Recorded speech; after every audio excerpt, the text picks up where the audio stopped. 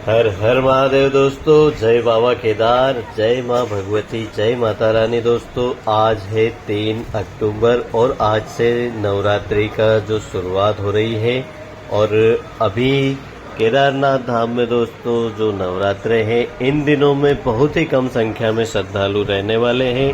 और केदारनाथ धाम की यात्रा पर अगर आप लोग भी आना चाहते हैं तो केदार घाटी का मौसम बहुत ही खूबसूरत, बहुत ही सुहाना हो चुका है। पिछले 2-3 दिनों से केदारनाथ धाम में बहुत ही माहौल जो है खूबसूरत है। और अभी यात्री बड़े ही आराम से केदारनाथ धाम की यात्रा कर रहे हैं। और अभी दोस्तों जो लगातार सबसे ज़्यादा पूछे जाने वाला सवाल था वो यह था कि क्या केदारनाथ धाम यात्रा सुरक्षित है। तो आप सभी से कहना चाहता हूँ कि अब आने वाले दिनों में केदारनाथ धाम यात्रा पूरी तरह से सुरक्षित है। और 1 महीना बचा हुआ है दोस्तों यात्रा का, और इस महीने में आप कभी भी केदारनाथ धाम की यात्रा कर सकते हैं। मौसम दोस्तों बहुत ही खुशनुमा अभी बना हुआ है। और दोस्तों अभी जो यात्रियों की संख्या है काफ़ी कम हो चुकी है। और ऊपर देखिए दोस्तों, मेरू और सुमेरु पर्वत पर जो स्नो है लगातार ही बढ़ती जा रही है, जिससे जो मौसम है यहाँ का बहुत ही अधिक ठंडा हो चुका है। और दिन में जब यहाँ पे धूप आ जाती है ऐसे समय में केदारनाथ धाम में बिल्कुल भी ठंड नहीं लगती है, क्योंकि धूप जब तक रहती है अभी बहुत ही कड़क धूप देखने को मिल रही है। तो ऐसे में दोस्तों ठंड कहीं न कहीं भाग जाती है। तो आप लोग अगर यात्रा पर आते हैं तो जब तक धूप रहती है तब तक तो आपको ठंड नहीं लगेगी, मगर जैसे ही दूसरे पर्वत की छाया आ जाती है और वैसे ही केदारनाथ धाम में ठंड का माहौल बन जाता है। कभी कभी दोस्तों दिन में फॉग लग जाता है, बादल भी छा जाते हैं। तो ऐसे समय में केदारनाथ धाम में अच्छी खासी ठंड रहती है। और जो रात का टेम्परेचर है मित्रों, रात का टेम्परेचर माइनस में जा रहा है पिछले 2 दिनों से।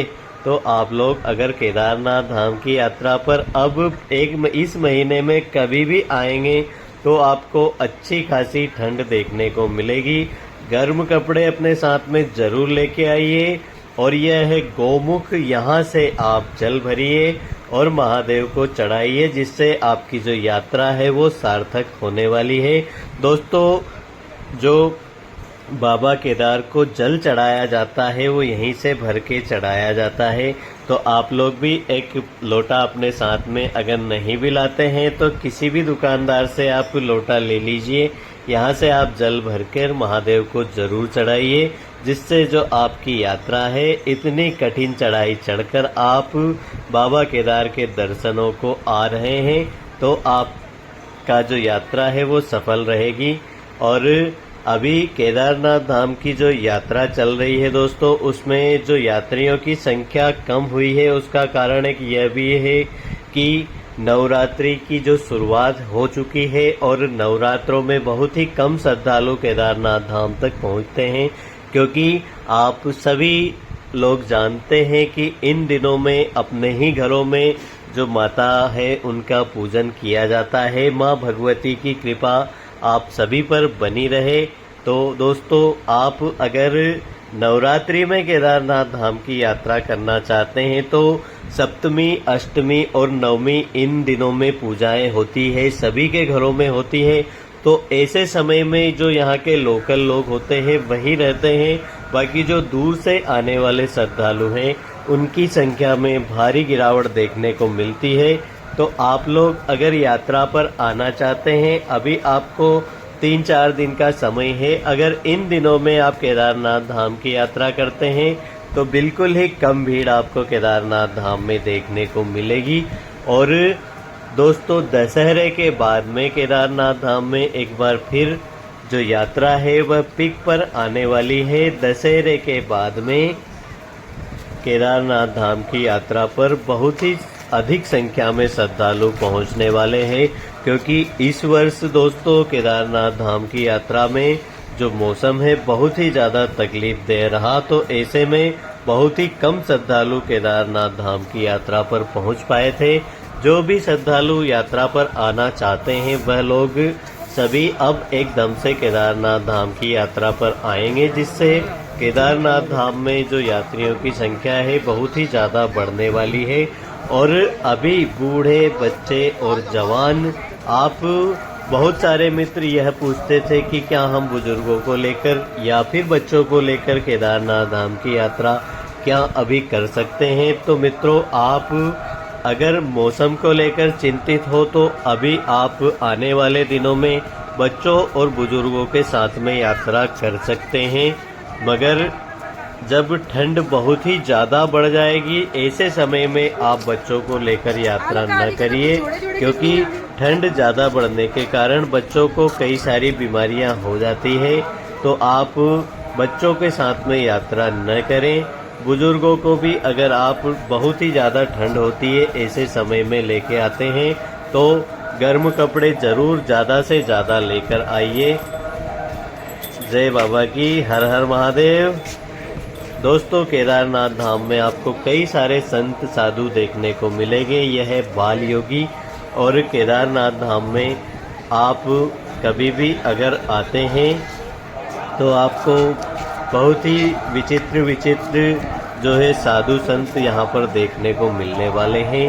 और केदारनाथ धाम की यात्रा पर दोस्तों, अगर आप 15 अक्टूबर के बाद में आते हैं तो आपको स्नोफॉल लाइव देखने को मिलने वाली है। बहुत सारे मित्रों के क्वेश्चन यह भी थे कि केदारनाथ धाम में बर्फबारी कब स्टार्ट होगी। तो दोस्तों, 15 तारीख के बाद में स्नोफॉल की शुरुआत होने की संभावनाएं हैं। हालांकि दोस्तों, अब अगर मौसम बिगड़ता है तो बारिश नहीं होगी, डायरेक्ट बर्फबारी होने वाली है। तो अब कभी भी केदारनाथ धाम में बर्फबारी की शुरुआत हो सकती है, मगर जब शुरुआती दिनों में जब बर्फबारी होती है तो कुछ ही घंटों के लिए बर्फ पड़ती है, फिर बर्फ वापस से पिघल जाती है। और केदारनाथ धाम की दोस्तों जो यात्रा अभी चल रही है, रास्तों पर पिछले दिनों भारी जाम देखने को मिल रहा था। जैसे ही यात्रा रोक दी जाती थी दोस्तों, क्योंकि लैंडस्लाइड हो रहा था, तो यात्रा थोड़े दिनों के लिए 1 या 2 दिन के लिए रुक जाती थी और फिर जैसे ही यात्रा को खोलते थे वैसे ही केदारनाथ धाम के पैदल मार्ग पर भारी भीड़ हो जाती थी, जिसके कारण यात्रियों को बहुत ही ज्यादा दिक्कतों का सामना करना पड़ रहा था। मगर अभी दोस्तों, हेलीकॉप्टर से सबसे ज्यादा श्रद्धालु केदारनाथ धाम में पहुंच रहे हैं। एक थोड़ी देर में दोस्तों हेलीकॉप्टर लगातार एक आता है, एक जाता है, एक आता है, 2 जाते हैं।